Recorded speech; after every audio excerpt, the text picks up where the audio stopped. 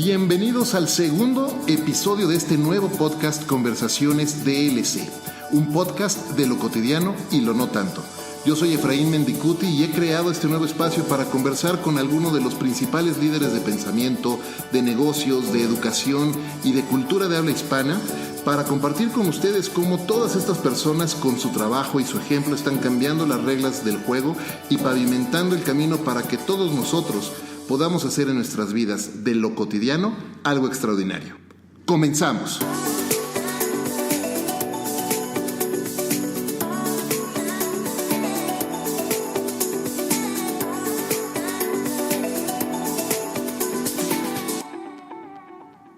Cuando uno piensa en ventas, asocia casi cualquier idea y cualquier cosa a este trabajo menos liderazgo. Y es precisamente lo que más se necesita ejercer en este rol.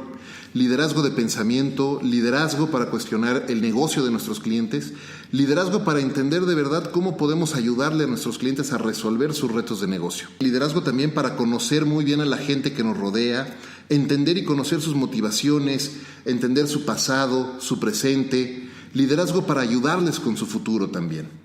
El invitado de este segundo episodio de Conversaciones DLC no es un extraño en esto. Fíjense, lanzó y fue el primer director general de Facebook en México y en Centroamérica. Fue director comercial de Televisa Interactive Media. Fue presidente del Consejo de la IAB en México y por muchos años tuve el gusto de trabajar con él y hacer equipo con él en Google, donde formamos parte del equipo fundador de la Oficina de México. Hoy es socio de Ads.Murai y socio del Instituto Superior del Desarrollo de Internet en México. Y además, como no tiene mucho que hacer, además está estudiando su doctorado en comunicación en la Universidad Anáhuac. Jorge Ruiz, querido amigo mío, bienvenido a este espacio y muchas gracias por acompañarnos. Efraín, es un verdadero placer estar contigo y un gusto saludar a todos. Gracias por la presentación. Cuando hay alguien que tiene toda esa experiencia y toda esa historia atrás, lo menos que podemos hacer es reconocerla y tienes mucho que compartir y por eso me da muchísimo gusto que hayas aceptado la invitación para estar con nosotros en Conversaciones DLC. ¿Y qué te parece si para empezar comenzamos por el principio? Cuéntanos un poco de tu historia. ¿Quién es Jorge Ruiz? ¿Cuáles fueron tus primeros pasos y cómo es que has llegado hasta aquí? Mira, no comienzo en la parte digital, realmente comienzo después, al mismo tiempo de estar haciendo la licenciatura, terminar la tesis de licenciatura, tengo la oportunidad de empezar en Volkswagen en Puebla. Y ahí empecé, nada que ver con lo que hago ahora, empecé en el departamento de importación y exportación de partes de compra. ¿Qué es esto? Mandar piezas para construcción de autos a todo el mundo. Así es como empecé, haciendo programación para que los coches se armaran en Sudáfrica, en Alemania, etc. Así es como comienzo, y con la gran suerte que al mismo tiempo que estaba terminando la tesis, cuando voy a la Universidad de las Américas, que yo soy de allá de la Universidad de las Américas, veo un póster en la universidad, en uno de los corredores principales, que decía prácticas profesionales en el extranjero, por una asociación que se llama IESEC. Okay. Y pues aplico para irme al extranjero, ¿no? Porque yo siempre he tenido la intención de estar en el extranjero. Aplico y al final quedamos 2 personas a nivel nacional. El sistema era bien interesante, porque lo que tú hacías es, una vez que eras seleccionado, tú metías tu currículum a una computadora, es cuando empiezo todo mi contacto digital, y al mismo tiempo las empresas de todo el mundo pedían gente, profesionistas con un perfil específico. Ahí hace match con una empresa que conocemos muchos, que se llama Yahoo. Entonces Yahoo me dice, vente, necesitamos una persona que haga Customer Service para Yahoo México, Yahoo en español y Yahoo Argentina. Así es como empieza mi vida en la parte digital, yo sin realmente saber. ¿Qué edad tenías en aquel entonces, Jorge? Bueno, eso fue en el 1999. Entonces como 4 años. Yo soy del 74, entonces estaba en los 20, ¿no? Es cuando empieza mi carrera en el Silicon Valley. Ahí es donde empiezo toda la parte digital en Yahoo, en una de las primeras oficinas de Yahoo en el Silicon Valley. De las primeras oficinas de Yahoo, estamos hablando de 1999, a años después, 20 años después más o menos, o casi 20 años después, como la persona responsable de abrir una operación tan importante como Facebook en México y en Centroamérica. Alguna vez, hace mucho, platicamos fuera de micrófonos, tomándonos un café, platicamos de las decisiones y la toma de riesgos, asumir riesgos, tomar decisiones y aventarte. Cuéntanos un poco eso, porque te has desarrollado principalmente en una industria en la que se habla mucho de innovación, de disrupción, como moneda de cambio, pero en la que a veces las cosas no necesariamente cambian tanto como lo que quisiéramos admitir, ¿no? Claro. Muchos se quejan de eso, pero pocos toman riesgos. Yo te conozco y sé que eres una persona que ha tomado muchos riesgos. ¿Cómo ha sido eso? ¿Cómo tomas riesgos? ¿Cómo se decide arriesgar y apostar por algo? Claro. Yo no sé si es un tema de ADN o a lo mejor en su momento fue más fácil por la edad, ¿no? Que lo que te pongan enfrente lo quieres, te desafía, lo quieres mover. Sin embargo, yo te diría, los últimos 10 años sí han existido riesgos en cambio. De Yahoo, después de 6 años, viene una empresa que se llama NetScience, una empresa en el 2006, francesa, de servicios móviles. Imagínate el tema mobile en el 2006. Era muy, muy nuevo. Si hoy hay muchos cuestionamientos y muchas preguntas del mobile en el 2006, muchísimo más. Entonces, ese fue uno de los grandes cambios que yo hice. Tomé un contrato, recuerdo, de 6 meses. Era un contrato solamente por 6 meses, viniendo de una empresa como Yahoo, habiendo estado estable. Pero yo siempre he creído que tienes que aventurarte. Yahoo en su momento fue de las primeras empresas que se lanzaron a hacer cosas que nadie más hacía, y una de las cosas que le admiro a Yahoo, aunque hoy se le critica y ya fue adquirida, etcétera, es que no tenían puntos de referencia para poder hacer el cambio. Hoy empresas como Google, como Facebook, como Uber, tienes puntos de referencia, tienes datos. En aquel entonces eso no pasaba. Y eso a mí me llena de mucha adrenalina, el decir, tengo que caminar aunque después pueda mover el camino, que creo que es una de las recomendaciones. La incertidumbre siempre va a estar, y más ahora en la parte cuando tenemos tanta tecnología y todo va tan rápido. Pero tienes que tomar acciones para obtener datos, y de ahí las decisiones futuras sean mucho más fáciles y le puedes dejar puntos de referencia a otras empresas, que creo que es a mí lo que me apasiona. Me recuerdas mucho a una frase y un concepto que explica mucho Marie Forleo, donde habla precisamente de la certeza y la claridad al tomar un riesgo viene de la acción, no de pensar lo que vas a hacer, sino de empezar a hacer algo, aun cuando no tengas claramente qué es lo que va a pasar y no tengas todos los datos y no tengas toda la plataforma lista para lanzarte, porque nunca va a haber el momento perfecto, pero la certeza se obtiene entonces de ir avanzando e irte demostrando que todos tenemos la capacidad de resolver las cosas que se nos van enfrentando, y a veces parece que no. Claro. Pero así enfrentándote y dando paso a paso vas resolviendo nuevos retos. Y ha sido un cambio, como tú lo dices, ha sido también un cambio de paradigma, porque históricamente lo que hemos buscado es certidumbre, ¿no? Si nos vamos a la época de las cavernas, lo que queremos es certidumbre, saber que si frotas una piedra con otra piedra va a salir fuego. Pero hoy realmente no sabemos, tenemos tantas piedras que no sabemos qué es lo que va a pasar. Y yo creería que lo que nos apasiona, lo que nos debe gustar a todos, es no solamente buscar la certidumbre, sino en la incertidumbre buscar las áreas de oportunidad, ¿no? Y repito el tema de data. Hoy hay muchos datos que nos permiten que esa incertidumbre pues no sea tan grande como en épocas anteriores, ¿no? Las épocas del vapor, las épocas de General Motors, cuando todo era mecanizado, eso daba certidumbre. Tú sabías que hacías A más B y te daba igual a C. Claro. Y no necesariamente hoy pasa eso. Las combinaciones son muchísimas. La línea de ensamble ha cambiado y eso además impacta mucho la forma de educar al nuevo talento, ¿no? y de desarrollar gente hoy en el mundo en el que estamos viviendo, donde precisamente no hay ya tanta certidumbre.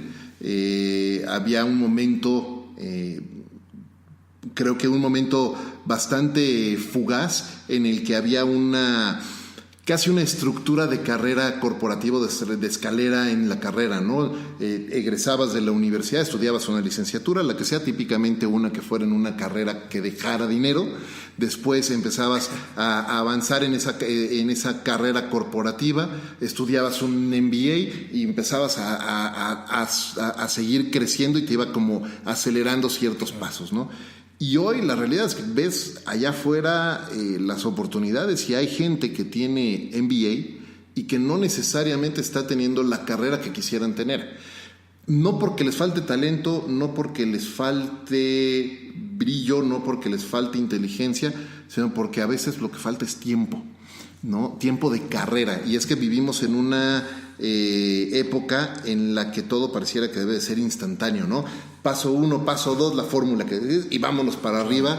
Y eso ha cambiado muchísimo. Tú decías hace rato, cuando empezaste tu carrera, pues todo te motivaba y todo te daba hambre y querías comerte el mundo entero, ¿no? Que no sabías que querías comerte, pero te lo querías comer. Querías comer lo que fuera porque querías seguir subiendo. Eso me lleva a preguntarte dos cosas. Uno, la primera es, hoy día, después de 20 y tantos años de carrera, después de haber tenido logros tan significativos como lanzar Facebook en México, ser parte del equipo que lanza Google en México también, ser de los primeros empleados de Yahoo en América Latina, son logros muy importantes. Hoy día, ¿qué reta, qué motiva, qué emociona a Jorge Ruiz? ¿Qué te hace salir a pelearla todos los días? Mira, yo creo que hay una palabra con la que estoy casado en los últimos meses, yo diría el último año, que es buscar la correlación en las cosas y darte el tiempo a pensar. Porque cuando estamos en estas empresas que tú has mencionado, son empresas que vas a un ritmo más rápido que una locomotora, más rápido que un Ferrari, más rápido que un jet. Vas muy rápido. Y muchas veces no te da tiempo a pensar para qué estás haciendo las cosas. Tú comentabas hace rato el tema de la universidad, la licenciatura, maestría, doctorado, de una carrera a otra. Quieres ganar más, quieres tener una casa y después quieres tener un apartamento.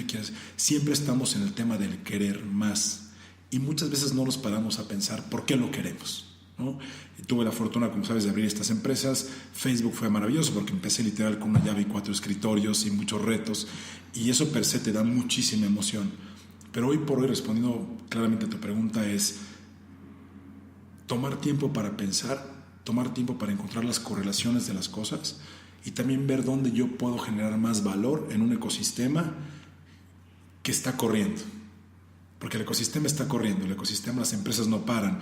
Yo salgo de Facebook y al día siguiente hay otra persona que está ocupando mi lugar. Tú sales de una empresa y al día siguiente eres fácilmente reemplazable y en un futuro vas a ser reemplazable por una máquina, ni siquiera por una persona. Uh-huh. Pero que tú te pongas a pensar con toda la información que hay hoy, cuál es ese propósito que tienes y cómo tú puedes ayudar a un ecosistema a lograr las cosas de una forma más fácil, sin intermediarios o con intermediarios, o de una forma más sencilla, o dar un consejo, o la otra es entender las nuevas generaciones. Eso se me hace fascinante, porque hoy la mayor parte de los CEOs, CMOs son de cierta edad porque pasaron ese patrón. Uh-huh. Los nuevos CEOs como los Mark Zuckerberg, etcétera, rompen paradigmas, pero todavía no es el común denominador. Entonces, ¿cómo poder hacer para entender tanto a mercados como a nuevos consumidores más viejos? Podría decir, mi abuela tiene 95 años y es una consumidora que nadie le llega.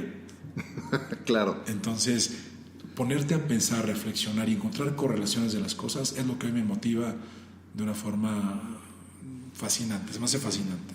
Si hoy tuvieras una máquina del tiempo, podrías regresar a 1999, ¿qué consejo le darías al Jorge de 1999 con la inteligencia y el conocimiento y la experiencia que has obtenido en estos años?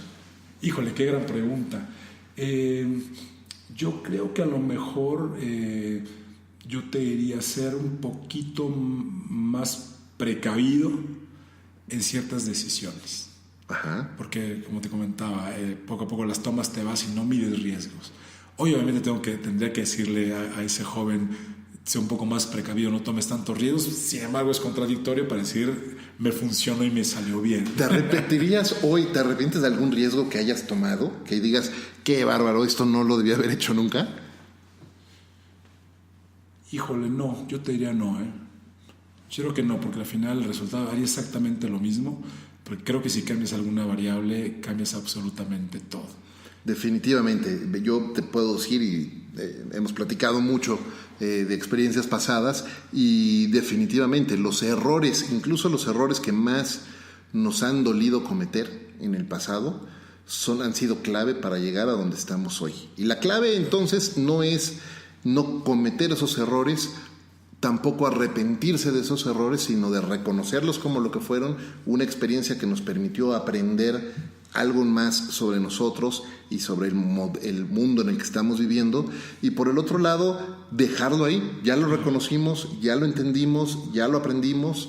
Vamos a dejarlo ahí. El pasado es un gran regalo que nos acompaña hasta nuestro presente, pero no puede ser una cadena que nos amarre. Correcto. Para no poder avanzar a nuestro futuro. Es correcto. Y a lo mejor, ahorita reflexionando de lo que tú comentas, a lo mejor sí haría algo diferente, que sería acompañarme y platicar más con la gente que está alrededor mío de esos errores.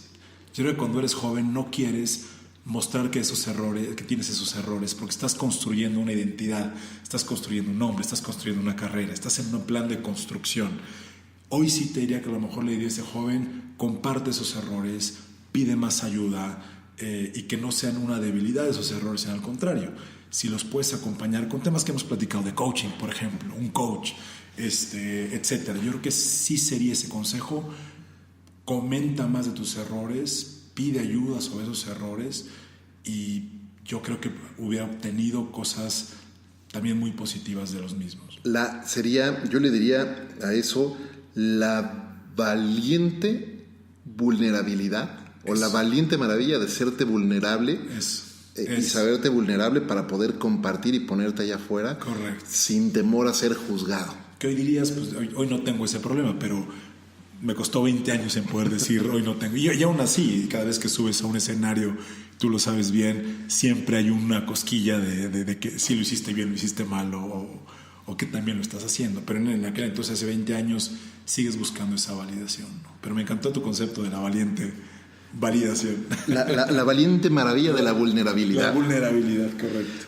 George, hablábamos ahorita del consejo que le darías a Jorge de 1999. Ahora, cuando pensamos en las nuevas generaciones y en los jóvenes que están entrando a la fuerza laboral, que están empezando a recorrer su camino, hay muchísimos consejos que la gente les da. Y siempre les queremos decir: trabaja duro, sé paciente, haz lo que te apasiona. Creo que uno de los consejos más trillados que existe hoy día es: haz lo que te apasiona, ¿no? Claro. Y vamos a jugar básquet ahorita. No, exacto, pues voy a hacer lo que puedo. Mejor me voy a poner a hacer otra cosa, me voy a poner a leer. ¿Qué consejo no le darías a un joven hoy día? Tal vez de los que tú recibiste en su momento, o de los que has escuchado que están hoy en boga, ¿qué consejo le dirías a estos jóvenes? ¿Sabes qué? Olvida lo que te dijeron. Yo creo que ese tema no el de sigue tus sueños, porque yo creo que sí quieres vivir tus sueños, pero también tienes que vivir de acuerdo a tus circunstancias. O sea, muchas veces tú quieres ser A y no te da, ¿no? Yo quiero ser basquetbolista en la NBA, mido 1,88 m y no tenía jugaba bien para mi equipo, pero hasta ahí realmente no tenías esas posibilidades. Entonces yo lo que les diría es, la vida para mí es un balance. Debes tener un balance, debes ver tu entorno, debes también soñar alto, no vivir los sueños de los demás, vivir tus propios sueños, porque los sueños de los demás no sabes de qué están construidos ni qué tienen atrás, ¿no? Entonces, cierto. Yo creería que a lo mejor ese sería el consejo que les daría. Me dijiste que el consejo que no les daría, pero no es seguir tus sueños a cualquier costa, porque cualquier costa no es suficiente, ¿no? Vivimos en una sociedad, vivimos en un grupo, tenemos nuestras condiciones, tenemos nuestro ecosistema, y creo que debes de adaptarte más bien a tu medio. Y yo garantizo que si trabajas fuerte, después vas a poder hacer esas cosas como ver un buen partido de la NBA en un buen lugar. Muy bien, muy bien. Me encanta, y creo que sí, el decirle a la gente: entiende lo que quieres, entiende lo que te apasiona, lo que te gusta, perfecto, búscalo, pero acorde a tus circunstancias, dónde estás y cuál es tu realidad. De otro modo te empiezas a meter en un círculo vicioso de autosatisfacción nada más, que no te va a llevar a nada. Y hace rato mencionabas una palabra muy importante, que es propósito, el sentido de propósito. Claro. Y si tu único propósito es satisfacer un sueño personal, pues no vas a avanzar muchísimo. Correcto. ¿No? Y mira, he estado cerca de los grandes personajes que han cambiado el mundo digital, ¿no? Mark Zuckerberg, un Jerry Yang, David Filo. Y lo ves en las empresas también. Las empresas quieren A y terminan siendo de repente B o C y terminan adaptándose a su sistema. Y, por ejemplo, Mark Zuckerberg no quería poner publicidad en Facebook nunca.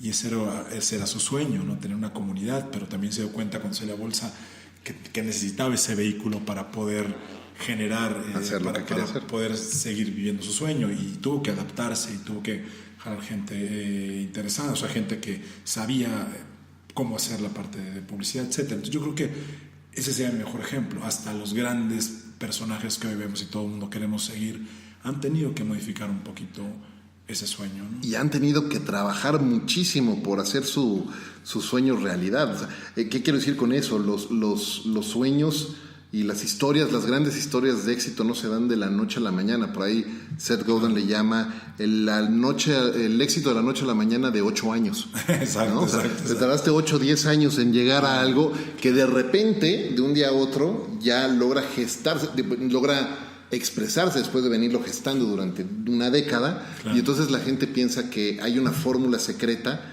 de 3 pasos para llegar a ese éxito de la noche a la mañana, y la verdad es que tiene muchísimo trabajo atrás, mucha disciplina, mucho enfoque y mucho propósito. Hablando de propósito, hablando de disciplina, de rutina, hoy ¿cómo es la vida de Jorge? ¿Tienes una rutina que has definido en tu vida que te permite pues avanzar hacia lo que quieres hacer? ¿Has encontrado cierta disciplina de vida? ¿Cómo es tu día a día? Claro, yo creo que yo ahí en ese aspecto rompí un poco con mi rutina de los últimos 20 años, que era levantarme y trabajar prácticamente de 7 de la mañana a 7 de la noche. Esa era un poco mi rutina. Pero el último año prácticamente lo que he hecho es totalmente lo opuesto. La única rutina que tengo es jueves, viernes y sábado voy al doctorado de 7 a 10 de la mañana. Esa es de las pocas rutinas que estoy teniendo ahorita.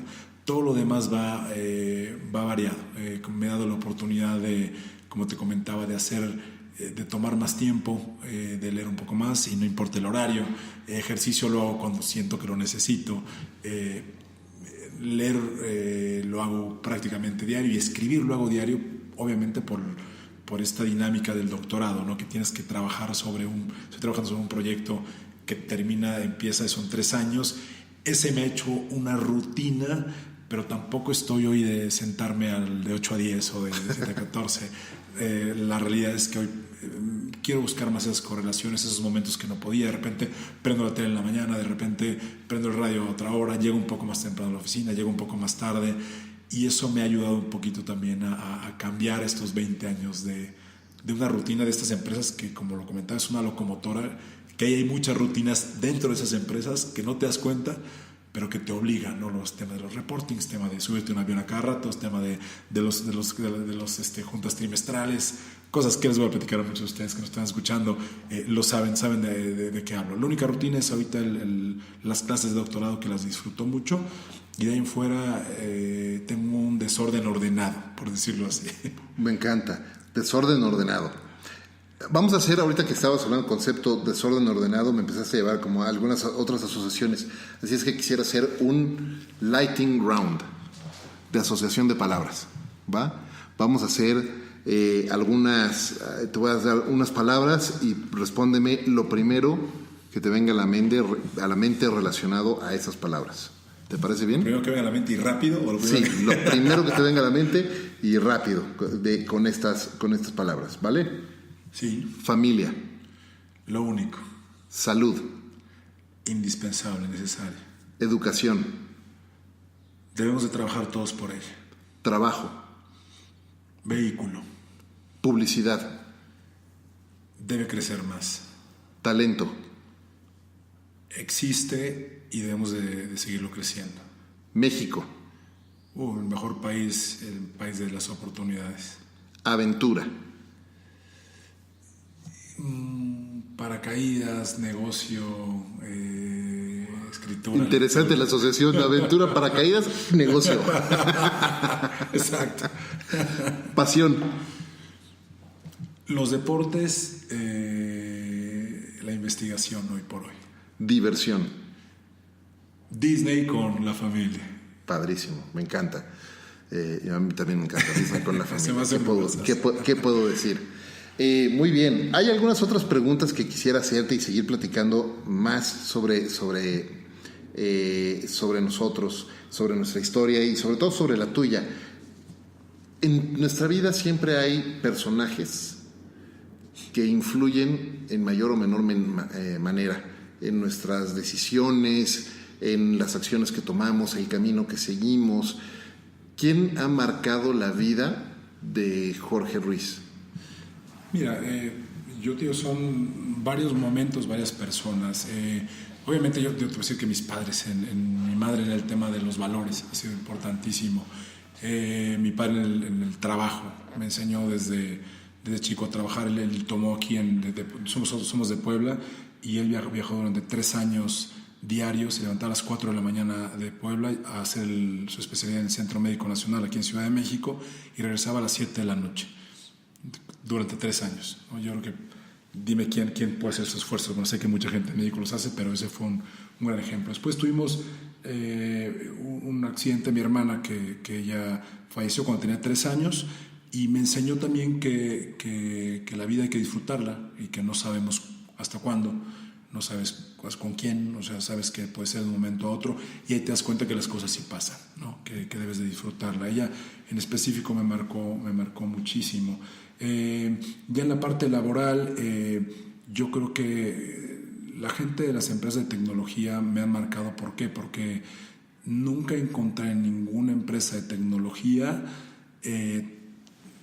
personas que no quisieran el crecimiento real de un negocio, de una plataforma, de una estrategia. O sea, es gente que realmente trabaja muy fuerte por lograr objetivos de negocio, ¿no? Puedes tener más talento o menos talento, pero siempre en esta nueva ola, si lo podemos decir así, de nueva ola de 20 años, he encontrado gente muy valiosa, que quiere aportar y que quiere cambiar las cosas, ¿no? Entonces, hay gente muy, muy valiosa, prefiero no decir nombres, pero ha sido muchas personas en las cuales aprendes, ¿no? Y otra cosa que aprendes es que tienes que quitarte el tema de si yo soy generación X, Z, millennial, baby boomer, todo el mundo es talentoso, no hay castas, no hay niveles, no hay nada, realmente es trabajo, es inteligencia y es propósito, ¿no? Entonces yo te diría, en lo personal, y obviamente hoy por hoy mi esposa y mis hijos son las personas que más me han cambiado, me han enseñado lo que es ser vulnerable y lo que es dar todo sin interés, ¿no? Los hijos cómo te enseñan todo, ¿verdad? Es impresionante cómo te cambian la vida y cómo te van enseñando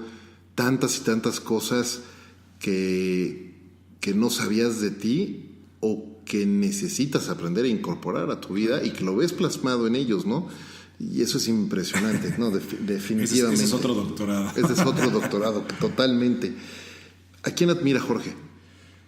Bueno, muchas personas. Yo te podría decir que admiro, más que decirte un autor o más que decirte un personaje, yo admiro a la gente de México. La gente que se levanta, la gente que es amable, la gente que con pocos recursos hace mucho y tiene una sonrisa, que se levanta, lo que te decía, a las 3 de la mañana para cumplir un trabajo a las 7, 3 horas de camino, y le ponen todas las ganas, le ponen todo el esfuerzo. Eso yo creo que hace que yo quiera estar en México, que me encante México. La gente que está allá afuera, que no conocemos, y que hace un esfuerzo tremendo, ¿no? Ahora, si quieres que te hable un poquito más de admirar en términos de ya un poquito más científicos o de personas, alguien que me gusta muchísimo es un Carlos Escolari, que está hablando del tema de interfaces, que está hablando de temas de semiótica, sigue hablando de temas de semiótica, ¿no? El significado del significado de las cosas, ¿no? Se me hace fascinante, ¿no? Una persona que ha cambiado muchísimo. Un McLuhan también, ¿no? Que toda la parte de comunicación, que está hablando en términos de la tecnología como extensión de nuestros sentidos, se me hace también impresionante, ¿no? Como hay gente que está estudiando y que está tomando el tiempo y se tomó el tiempo de pensar, ¿no? ¿Qué lees, por ejemplo, hoy? Fuera del doctorado, ahorita mencionabas a McLuhan, por ejemplo. Además de todo esto que estás estudiando, ¿qué lees para entretenerte, por ejemplo? Libros de deportes Okay. y biografías. Biografías. ¿Cuál ha sido la biografía que más te ha gustado? Mira, algunos temas que me gustan mucho, por ejemplo, de la Madre Teresa me encanta, por ejemplo. Gandhi se me hace fascinante. ¿Qué más te puedo decir? Yo te diré aquellos dos. Me gusta mucho cómo han logrado en un medio de caos tranquilidad. Impresionante. Eso me gusta, y creo que a lo mejor por eso también me gustan los medios digitales y el tema de transformación. ¿Por la tranquilidad? ¿Por el caos? Yo te diría por las dos, porque tienes que tener mucha tranquilidad en medio de, si quieres llamarle caos, sí, caos, aventura, no sé. Es toda una aventura, definitivamente es toda una aventura. Les recomiendo a todos los que se puedan meter en una empresa de tecnología o que hagan una empresa de tecnología, se me hace fascinante. Es impresionante, ¿no? El ritmo con el que se vive y, sin embargo, la capacidad que necesitas desarrollar para tomar decisiones en la medida de lo posible bien pensadas y darte la oportunidad de pausar, incluso si es por un microsegundo, pero para poder tomar una decisión y que no nada más sea el puro instinto el que te lleve a decir sí o no a alguna situación. Sobre todo, platicábamos antes de entrar al aire, antes de empezar a grabar, platicábamos de la importancia de decir sí y no a qué proyectos, porque el instinto, y justo en este tipo de industria, te lleva a decir que sí a muchas oportunidades, a todo lo que ves. A todo. ¿No? Todo lo que brilla, ¿no? Y te llama la atención porque además, claro, en un verdadero y auténtico espíritu emprendedor, empiezas a ver que hay algo en el que puedes poner un granito de arena y puedes ayudar, y luego ves que del otro lado de la habitación hay otra oportunidad con la que también puedes colaborar, y luego giras hacia la derecha y ves que también ahí puedes aportar algo, y por el otro lado te encuentras una cosa que a lo mejor no te necesitan tanto como tú ellos porque te gusta y lo quieres hacer, claro. Y de repente te encuentras diciendo que sí a un sinfín de oportunidades y de opciones para después verte en la necesidad de empezar a machetear. Claro, y es donde viene el desencanto, y es también donde mucha gente se desencanta de ti, porque como le dijiste que hacía todo y después tu tiempo sí es finito, eso sí es la única realidad, ¿no? Tenemos 24 horas y de esas 24 horas hay que repartirlas muy bien. El único recurso que no se regenera es el tiempo. Es el tiempo, y hay que decidir muy bien dónde poner tus ¿Cómo lo decides? ¿Qué estrategia o tienes alguna herramienta o alguna forma de decir sí o no? ¿Cómo evalúas un proyecto con el que te involucras y cómo decides en algunos decir ahorita no? Que por cierto, decir no es un no definitivo, es simplemente decir no en este momento. Sí, culturalmente no estamos acostumbrados a decir no. O por lo menos decimos no de otras formas. Decimos una ahorita, decimos sí, yo te marco, etcétera, ¿no? Pero estoy trabajando en ello, te soy honesto, no tengo todavía una respuesta a ello. ¿Por qué? Porque, como lo comentamos, hasta apenas el último año he sido emprendedor sin todo este backup de empresa multinacional, ¿no? Es es muy distinto decir, empecé con una llave y 4 escritorios con un soporte de una empresa que se llama Facebook del Silicon Valley, a decir, ahora estoy emprendiendo con dinero propio, tiempo propio y con todo una propio. Llave y no sé de cuánto. Una llave y exacto, una llave y comprando un escritorio, ¿no? Entonces sí terminé un proceso del año pasado, tomar mucho el sí a todo, pero que también es valioso, porque aprendes, si a lo mejor no puedes participar con todos, puedes ser un gran conector de empresas. Puedes decir, a ver, yo no puedo aportarte en esto, porque también el mundo está tan rápido, tan cambiante, que es bien complicado, por ejemplo, que hoy sepa todo el mundo de realidad virtual o de realidad aumentada, o que seas un data scientist de repente y que seas aparte experto en ventas y experto en mercadotecnia, en mercadotecnia o en big data, etcétera. O sea, es bien complicado que sepamos de todo. Entonces, pero sí puedes ser un gran conector de personas, de decir, mira, con este, te recomiendo que hables con él o aquel. Y sí, yo creería que analizar mejor los proyectos, o sea, que tú te pongas a analizar un proyecto antes de subirte en él. creo que es bien válido pedirle a las personas, oye, tienes una gran idea, no de café, sino, a ver, platícame, ¿en qué te estás basando? Y eso me pasa mucho, lo he aprendido en este último año y medio de que empecé el doctorado, que todo tiene que ser sustentado en algo. Tú tienes que hacer referencia a alguien. Cuando tú hablas y cuando tú pones una hipótesis en la mesa y la quieres tú aterrizar, tienes que citar a otros autores, ¿no?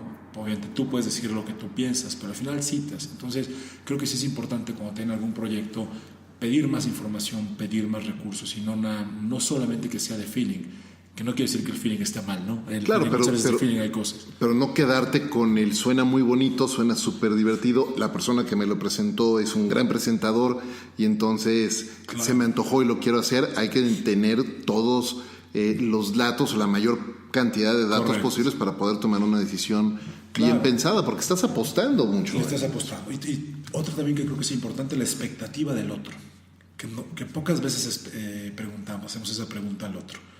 Tú y yo vamos a hacer un negocio. ¿De qué es el negocio? Pues vamos a hacer, no sé, va a ser la competencia a Oculus y a los HoloLens de Microsoft. Perfecto. Ese es el negocio. Ahora, tú, Efraín, ¿cuál es tu expectativa de mí? ¿Y cuál es mi expectativa de ti? Y juntos entonces podemos generar una expectativa de negocio. Y la data después la buscaremos. Pero muy pocas veces nosotros nos ponemos a platicar sobre las expectativas de cada uno, tu expectativa y la del otro. Pocas veces hay esa conversación. Entonces, conforme vas avanzando, pues te das cuenta que quizá el negocio era el correcto, pero tu expectativa y la expectativa del otro eran totalmente desalineadas, aunque sea el mismo negocio. Claro, aun cuando el objetivo principal del negocio esté claro, las expectativas, lo que cada quien quiere obtener de eso puede ser muy distinto. Es correcto. Y lo que cada quien está dispuesto a invertir en tiempo, en trabajo, en dinero, etcétera, también es correcto. Y no lo platicamos, no lo hablamos. Y así es en relaciones de pareja y en relaciones de lo que tú me digas. Quitar un poquito el tema romántico y realmente irte a cuál es la expectativa del otro sobre un negocio. Porque a lo mejor puede ser un gran negocio, pero si tu expectativa no se cumplió, no vas a estar contento. Claro, claro. Y nada peor en un negocio que una de las partes quede insatisfecha con lo que se está haciendo. Es correcto. Porque tarde o temprano, como en el matrimonio, tarde o temprano algo se va a romper si las cosas humanas no están claras. Al final todo esto son relaciones humanas, exactamente lo mismo. Hay una técnica que enseña Franklin Covey, que fue desarrollada por Stephen Covey, en paz descanse, que hablaba justo de el espejo que hay que hacer, ¿no? Y él usaba el ejemplo de las tribus en el viejo oeste, ¿no? Mejor dicho, en el oeste americano, donde usaban un palo, el jefe de la tribu tenía un palo, y entonces se repartía ese palo, se prestaba, y solamente la persona que tenía ese talking stick, le llamaban, era la persona que podía hablar. Y la labor de todos los demás que estaban adentro del tipi era escuchar con atención lo que está haciendo. Porque típicamente estamos en una junta, alguien está presentando y todos estamos oyendo, no escuchando, oyendo pensando en qué vamos a responder para tratar de ser el más inteligente o el que haga el comentario o la pregunta más inteligente para decir, miren, yo sí sé del negocio, en lugar de callarte y escuchar y entender. Y entonces lo que dice esta práctica es, cuando ya vayas a hablar tú, cuando sea tu turno, se te dará este palo, no, para hablar. Y lo primero que tienes que hacer antes de debatir, antes de contestar, antes de preguntar, es repetir lo que la otra persona dijo a conciencia y preguntarle si entendiste, de verdad entendiste tú lo que la otra persona estaba diciendo. Y entonces, y solo entonces, puedes empezar a debatir. Está maravilloso. ¿No? Eso me parece que es una labor que todos deberíamos de aprender a hacer y que muy pocos utilizan y hacen. En la mañana escuchaba otro podcast y justo hablaban o mencionaban cómo los búhos están asociados con esta imagen de sabios, de un animal muy sabio. Y cómo en todas las películas, en todas las historias, en todas las leyendas los ponen como un ave que está observando y está con los ojos enormes y está observando y muy poco dice ¿no? Y habla y solamente comparte lo que tiene que compartir y va ganando la sabiduría de todos porque está poniendo atención, está presente con lo que está haciendo. Todos deberíamos de aprender a ser búhos. Ese sería otro de los consejos para Jorge para el Jorge del 99. Escuchar mucho más. El poder del silencio se me hace maravilloso. Una vez que aprendes... Hoy tuve una reunión, lo que tú comentabas, normalmente todo el mundo quiere posicionar que es el que más sabe, pero en muchas reuniones me ha pasado que está el que no habla, pero está observando como búho. Y muchas veces ese es más intimidante que el que está debatiendo tu punto.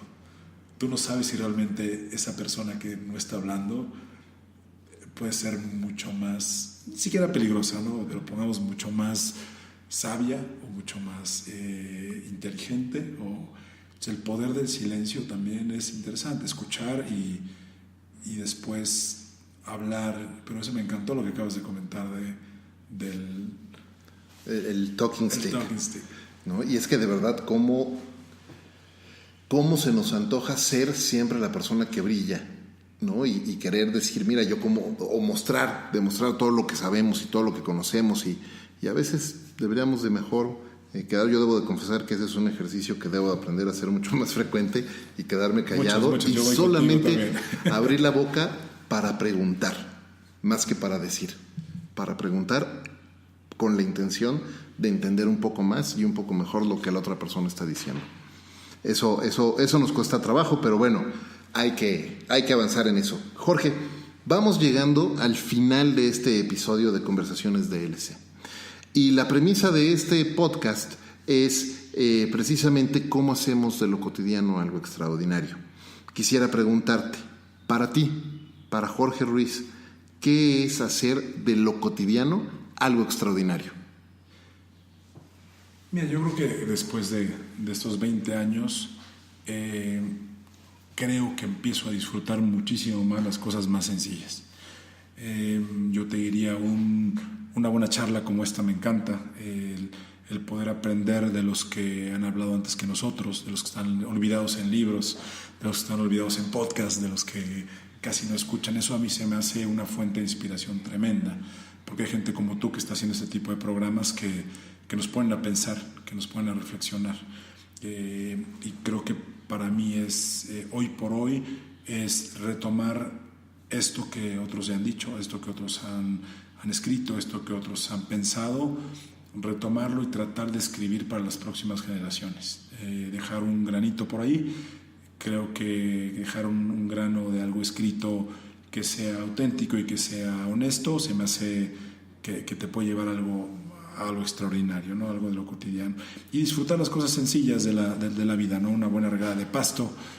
Mi hermana alguna vez me hace mucha burla de este comentario, porque alguna vez en una entrevista que me hicieron cuando estaba director de Facebook me dijeron que era lo que más disfrutaba. Yo les decía que ponerme unas calcetas blancas nuevas se me hace una de las cosas más padres que existen en el planeta, estrenar unas calcetas blancas. Y otra vez se va a volver a burlar de mí por decir que es algo de lo cotidiano, estrenar unas calcetas blancas, que me encanta, ¿no? Que disfruto mucho. Es una tontería, pero son esas cosas las que te hacen sentir muy vivo, ¿no? Me encanta. Gracias por compartirnos eso y gracias por compartirnos todo tu punto de vista y toda tu experiencia. Vamos llegando ya al final del segundo episodio de Conversaciones DLC, un podcast de lo cotidiano y lo no tanto. Pero antes de irnos, Jorge, quiero hacerte un reconocimiento en lo personal por tu gran ejemplo de tesón, tu gran ejemplo de entrega en todo lo que haces, y porque me consta, no importa cuánta presión estés enfrentando, siempre mantienes una actitud y una perspectiva muy positiva, muy alegre, que hace que el espacio alrededor de ti sea mucho más alegre, y siempre dejas a la gente sintiéndose mejor de lo que estaba cuando te encontraron. Es que te reconozco por eso. Muchas gracias por eso, mi querido amigo. Muchas gracias por estar aquí en Conversaciones DLC. Y muchas gracias a todos ustedes, amigos, por escucharnos en este segundo episodio. Gracias también a nuestros anfitriones en Balance 22, este fabuloso centro de bienestar aquí en la Ciudad de México. Y gracias a Ricolto Café por ser parte de esta aventura. Yo soy Efraín Mendicuti y los espero en el siguiente episodio de Conversaciones DLC, un podcast de lo cotidiano y lo no tanto. Hasta la próxima.